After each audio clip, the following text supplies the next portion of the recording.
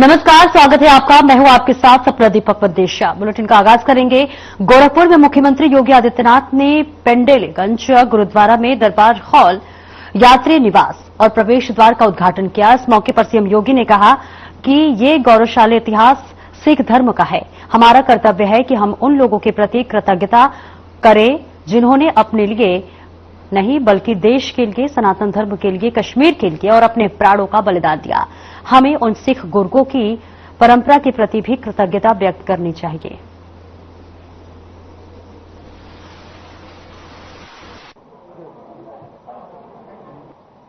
जिस पवित्र ग्रंथ के बारे में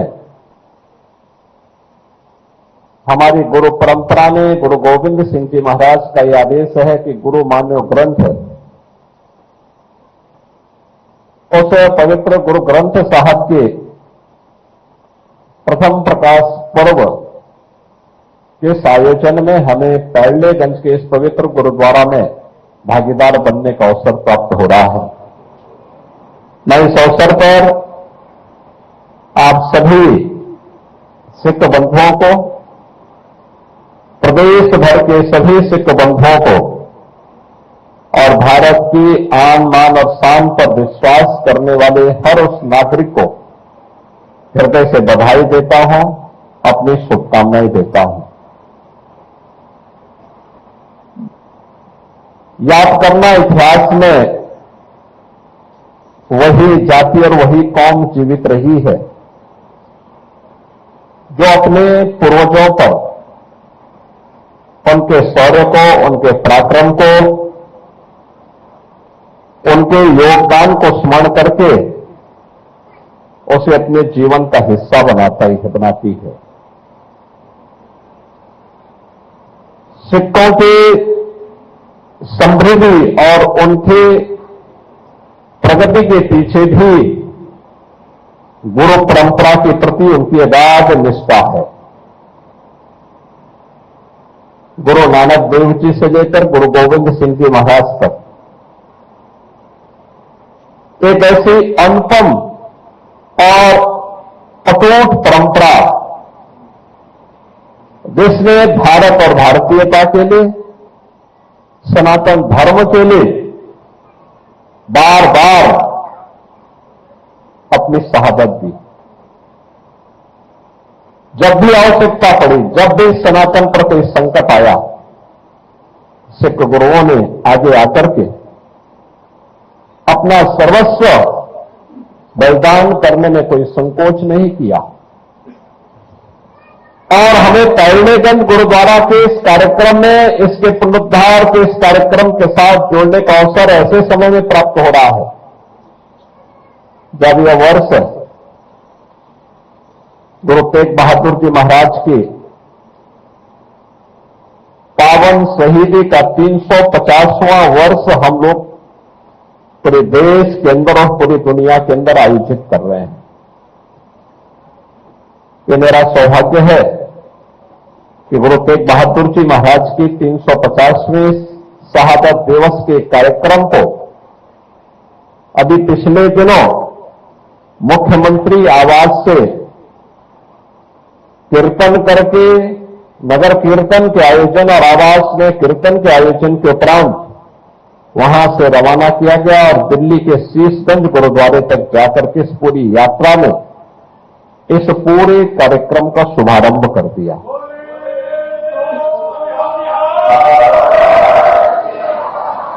इससे पहले गुरु नानक देव जी महाराज के 550वें प्रकाश पर्व के अवसर पर भी मुख्यमंत्री आवास पर पहली बार यह आयोजन हो पाया था कि वहां पे गुरुबाणी का पाठ हो सके। मुख्यमंत्री आवास में केवल एक आयोजन होता है, वह गुरुबाणी का होता है। गुरु ग्रंथ साहब जी महाराज को बड़ी पवित्रता के साथ हम इन आयोजनों को साथ आगे बढ़ाते हैं और वही ताकत है कि आज जो संकल्प वहां लिया गया था, जिसको लेकर के गोरखपुर के हमारे सिख बंधुओं की एक अभिलाषा होती थी, नीटू आदि जो कार्यक्रम बार बार कहते थे कि वीर बाल दिवस का कार्यक्रम होना चाहिए। गोरखपुर में आवाज उठती थी, लखनऊ में कार्यक्रम हुआ और आदरणीय प्रधानमंत्री जी ने पूरे देश के अंदर 26 दिसंबर की तिथि को वीर बाल दिवस के रूप में आज आयोजित कर दिया है। जब एक स्वर से हम कार्य करते हैं तो उसके परिणाम भी आते हैं, परिणाम भी सामने आते हैं। गुरु गोविंद सिंह जी महाराज के 4 साहबजादे बाबा अजीत सिंह, बाबा जुझार सिंह, बाबा जोरावर सिंह, बाबा फतेह सिंह,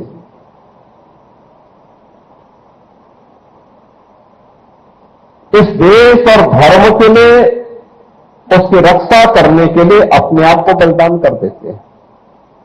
उनको लोभ दिया गया, लालच दिया गया कि इस्लाम स्वीकार कर लो, जान भी बख्श ली जाएगी और रियासत भी मिल जाएगी। उन्होंने कहा इसका हम क्या करेंगे।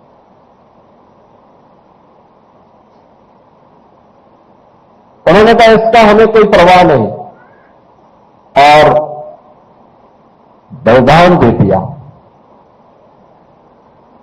कहते हैं जब गुरु गोविंद सिंह जी महाराज के बड़े पुत्र युद्ध लड़ते हैं तो वीर गति को प्राप्त होते हैं, बलिदान करते हैं अपने आप को। दूसरा पुत्र युद्ध लड़ता हुआ वीर गति को प्राप्त होता है। तीसरे और चौथे को जब दुष्ट औरंगजेब के द्वारा बंदी बना करके उन्हें लालच दिया जाता है, उसके सेनापति के द्वारा लालच दिया जाता है कि इस्लाम स्वीकार कर लो, नहीं तो इतनी क्रूरता देखने को मिलेगी। कहते हैं जब छोटे पुत्र को, सबसे छोटे पुत्र को जब बलिदान, जब दीवानों पे छिना जा रहा था तो सबसे छोटा पुत्र, सब बंझला पुत्र, उसकी आंखों में आंसू आते हैं तो पूछता है अपने भाई से कि आपकी आंखों में आंसू क्यों है। वो कहता है कि मैं तो इस धरती पर पहले मैं आया लेकिन पहले तुम जा रहे हो, इस बात से मुझे आंसू आ रहे हैं क्योंकि पहले तो अपने देश और अपने धर्म के लिए मुझे जाना चाहिए था। और उन्होंने अपने आप को बलिदान कर दिया लेकिन विधर्मियों के सामने कभी झुके नहीं। ये जो गौरवशाली इतिहास जिस सिख जाति का हो, अपने लिए नहीं देश के लिए, अपने लिए नहीं सनातन धर्म के लिए, कश्मीर के लिए जिन्होंने अपने आप को बलिदान दिया हो, देश के लिए अपने आप को बलिदान दिया हो, सनातन धर्म के लिए जिन्होंने अपना बलिदान दिया हो, आज ये हम सबकी जिम्मेदारी बनती है कि उसके प्रति कृतज्ञता ज्ञापित करने के लिए हम भी उन सिख गुरुओं की उस परंपरा के प्रति कुछ कृतज्ञता ज्ञापित करें। और आज यह पावन अवसर है जब पैलमेगंज गुरुद्वारा में, मैं बहुत पहले जब यहां आया था, सुविधाओं का अभाव था, कई बार मैंने कहा भी यहां पे कुछ होना चाहिए और मुझे प्रसन्नता है कि आज यहां पे अच्छी सुविधा कुछ बन चुकी है। अब यहां पर भी गुरुवाणी का पाठ आनंद के साथ में, उत्साह के साथ में आयोजित हो पाएंगे। यहां पर भी सारे कार्यक्रम हो पाएंगे जो गुरु पर्व से जुड़े हुए हैं, अलग अलग अवसरों पर जो आयोजन होते हैं। महानगर के साथ साथ पूर्वी उत्तर प्रदेश का हर सिख आकर के उस आयोजन में भागीदार बन पाएगा। यहां पे भी लंगर हो पाएंगे और याद करना, गुरुद्वारे का लंगर केवल सिख नहीं छकता है, कोई भी व्यक्ति, उसका नाम नहीं पूछा जाता, उसकी जाति नहीं पूछी जाती है, उसका चेहरा नहीं देखा जाता है। ये गुरुवाणी है, गुरु का जो हुक्म है उसका पालन हर सिख आज भी करता है और इसका पालन हमें हमेशा करना चाहिए। मैं आज के इस अवसर पर, आज बहुत पवित्र दिन है, याद करिए 421 वर्ष पहले आज ही के दिन पवित्र गुरु ग्रंथ साहिब को हरमिंदर साहिब में रख करके गुरु के रूप में उनकी मान्यता को आगे बढ़ाने का कार्यक्रम हुआ, जिसके प्रति आज भी पूरे देश ही नहीं, पूरी दुनिया को ये पवित्र भाव के साथ, श्रद्धा और सम्मान के साथ उन्हें यह आदर देता है। और आज हमारा सौभाग्य है कि पैरलेगंज के इस आयोजन के साथ, इस गुरुद्वारे के साथ मुझे मिलने का अवसर प्राप्त हो रहा है, इस आयोजन का मैं भागीदार बनने का अवसर हो रहा है। मैं यहां पर से जगनैन सिंह नीटू और इस गुरुद्वारा प्रबंध समिति के अपने जितने भी हमारे पदाधिकारी हैं, उन सबको मैं इस बात के लिए धन्यवाद दूंगा कि काफी दिनों के बाद यहां गोरखपुर के गुरुद्वारा से जुड़े हुए किसी कार्यक्रम में मुझे भागीदार बनने का अवसर प्राप्त हो रहा है। जब मैं गोरखपुर में नहीं रह पाता हूं, उसी दौरान गुरु पर्व पढ़ते हैं, तो मुझे लखनऊ के ही कार्यक्रमों में भागीदार बनने का अवसर प्राप्त होता है। मैं लखनऊ में जरूर जाता हूं, लखनऊ के कार्यक्रमों में भागीदार बनता हूं, लेकिन आज मुझे गोरखपुर के इस कार्यक्रम में, और गोरखपुर में भी मुझे इस बात की हार्दिक प्रसन्नता है कि गोरखपुर में जो हमारे 3 प्रमुख गुरुद्वारे हैं, जटाशंकर में, मोहद्दीपुर में और पैरलेगंज में, इन तीनों को अच्छे रूप में हम लोगों ने उसको एक स्वरूप गोरखपुर वासियों की मदद से कर दिया है। ये गुरु परंपरा के प्रति हम सबकी कृतज्ञता है, उनके प्रति श्रद्धा है, एक सम्मान है, एक आदर का भाव है, क्योंकि गुरु परंपरा ने देश के लिए और सनातन धर्म के लिए अपना पूरा जीवन जिया था।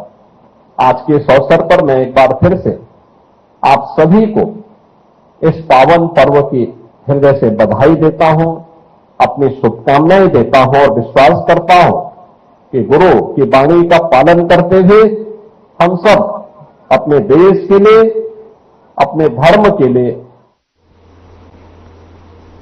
एक छोटे से ब्रेक के लिए रुकेंगे, जल्द लौटते हैं।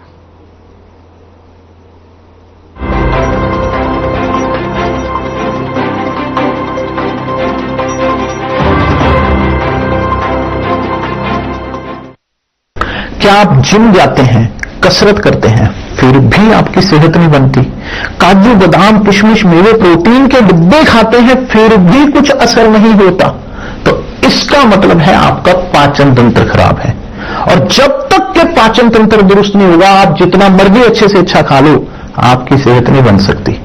इसलिए हमारी संस्था सन्यासी आयुर्वेदा ने एक ऐसी दवा का निर्माण किया है जो कि आपके लिवर, आपके पाचन तंत्र को दुरुस्त करने का काम करती है, ताकि आप जो भी खाएं उसका पूरे का पूरा निचोड़ आपके शरीर को लगे, आपकी भूख बढ़े, खाया पिया सही से लगे, नया खून बने, हड्डियों में जान आए, वजन बढ़े और आप मोटे तगड़े खूबसूरत पर्सनैलिटी का मालिक बन जाए।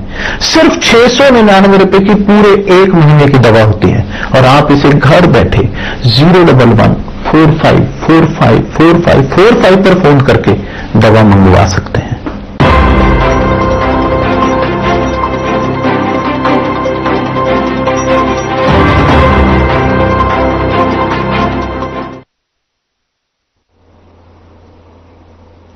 और ब्रेक के बाद एक बार फिर से स्वागत है आपका। खबरों में आगे बढ़ेंगे। गोरखपुर में मुख्यमंत्री योगी आदित्यनाथ ने बानबेला एवं राप्ती नगर विस्तार योजना में कल्याण मंडपम का उद्घाटन किया। कि जनता जनार्दन ने मुझे विधायक बनाया, तो विधायक के रूप में जो विधायक निधि का पैसा मेरे पास आया था, उस पैसे में से 1,86,00,000 रुपया यह मेरी विधायक निधि का पैसा लगा और शेष गोरखपुर विकास प्राधिकरण ने लगाया। जमीन उन्होंने उपलब्ध करवाई और इतना भव्य कल्याण मंडपम यहां के नागरिकों के लिए शादी ब्याह, मांगलिक कार्यक्रम और अन्य कार्यक्रमों की दृष्टि से इन्हें उपलब्ध करवा दिया।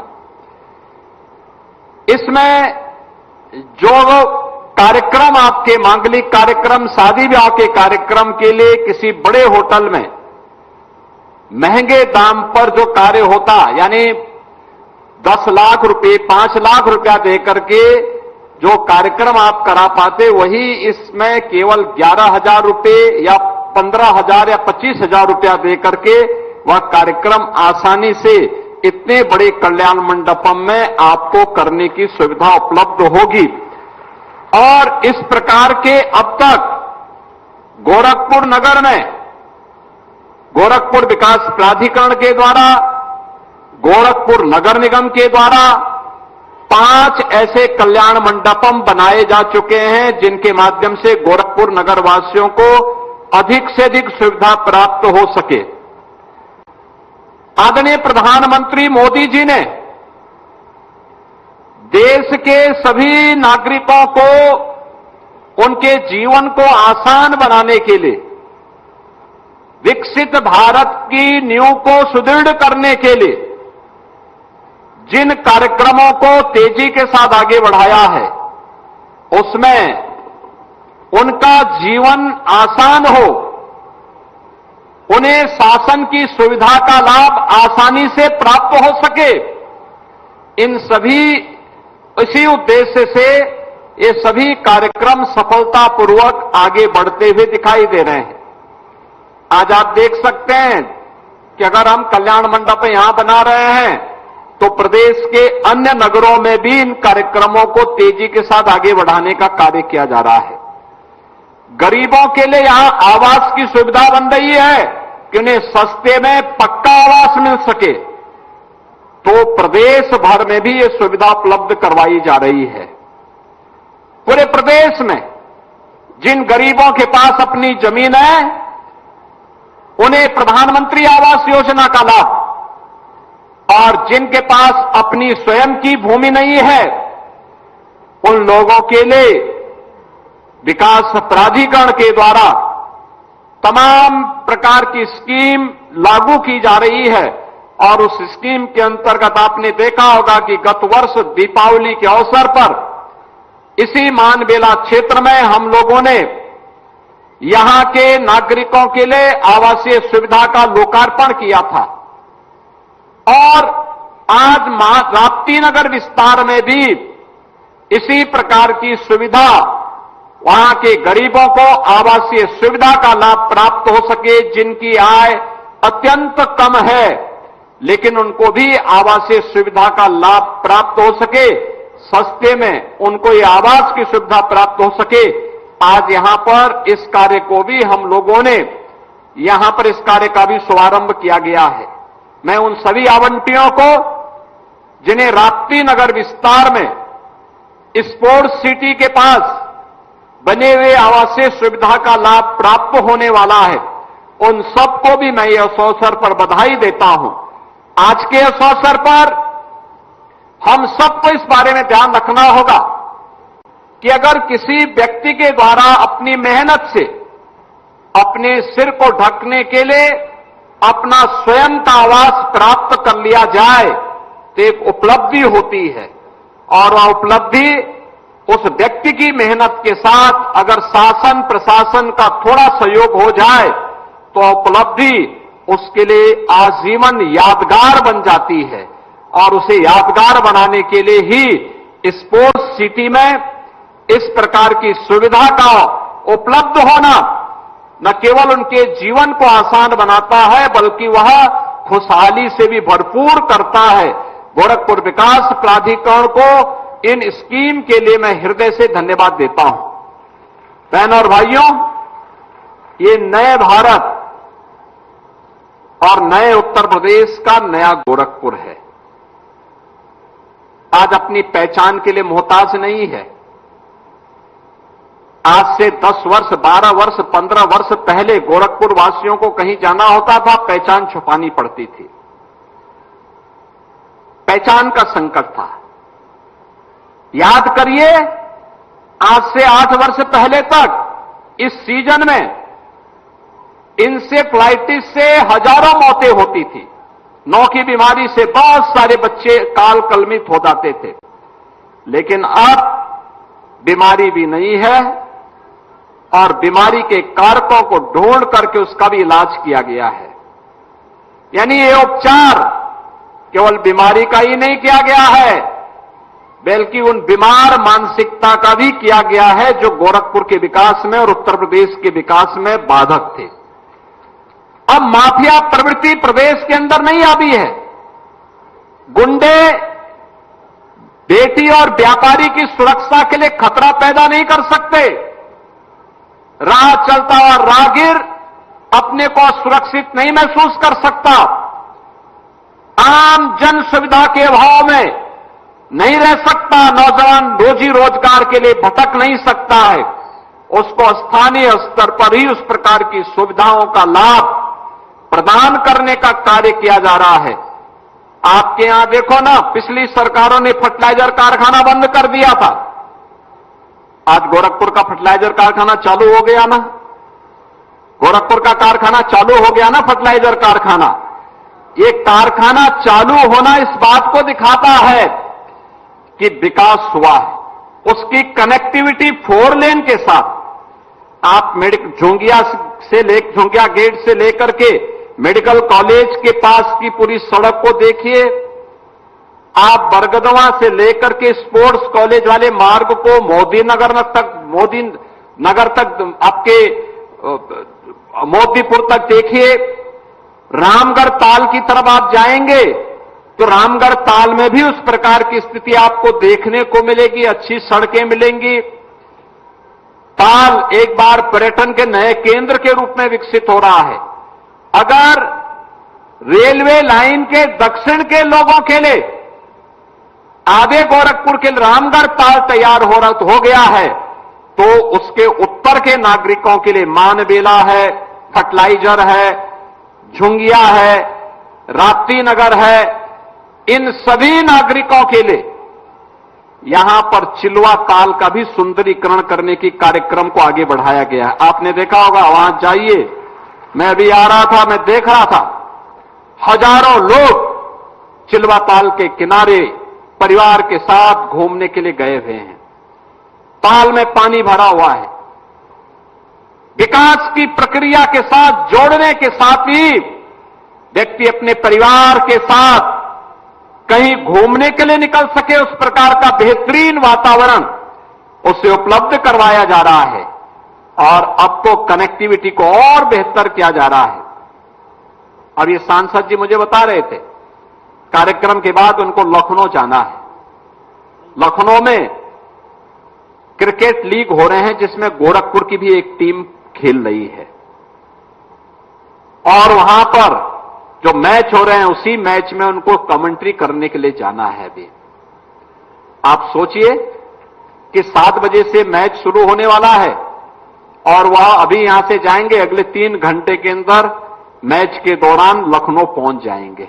और लखनऊ पहुंच करके यानी 3 घंटे के अंदर लखनऊ की दूरी तय करना आज के दिन पे आसान हो गया है। पहले क्या था, मुझे याद है, आज से 10 साल पहले अगर हमें गोरखपुर से लखनऊ जाना होता था तो हमें 7 से 8 घंटे लगते थे लखनऊ जाने में। 7 से 8 घंटे लखनऊ जाने में। आज लखनऊ की दूरी कम। आज लोगों को जोड़ने के लिए न केवल अच्छी ट्रेन की सुविधा है, बल्कि सड़क की भी सुविधा हो गई है, वायु सेवा की भी सुविधा हो गई है।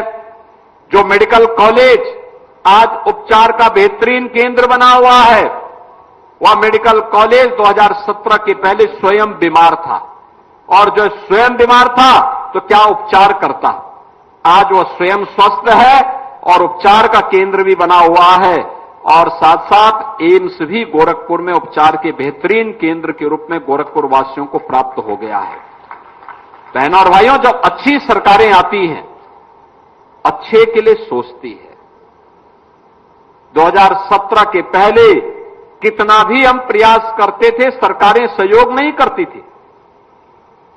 तत्कालीन राज्य सरकार जड़तापूर्ण तरीके से जड़तापूर्ण तरीके से बैठ करके केवल अपने लोगों तक सीमित होती थी, चेहरा देख करके विकास कराती थी,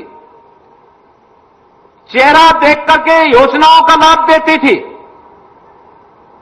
यहां पर आपने देखा होगा मंच पर जिन्हें आवास उपलब्ध कराएगा लॉटरी से इनके नाम निकले होंगे, कोई चेहरा देख करके नहीं। आवास की सुविधा, जिसके पास आवास नहीं है उसका हर नागरिक का आवास पे अधिकार होना चाहिए, उसको आवास मिलना ही चाहिए, सरकार की जिम्मेदारी है। और अब तक 57 लाख गरीबों को पिछले 8 वर्ष के अंदर हम लोगों ने एक एक आवास की सुविधा उपलब्ध करवाई है। गोरखपुर के लाखों लोगों को इस सुविधा। फिलहाल बुलेटिन में मेरे साथ इतना ही और अब वक्त हो चला है डॉक्टर राकेश गुप्ता के साथ हमारे खास कार्यक्रम प्लस माइनस का। नमस्कार दोस्तों, हम सभी जानते हैं कि 2008 के मालेगांव ब्लास्ट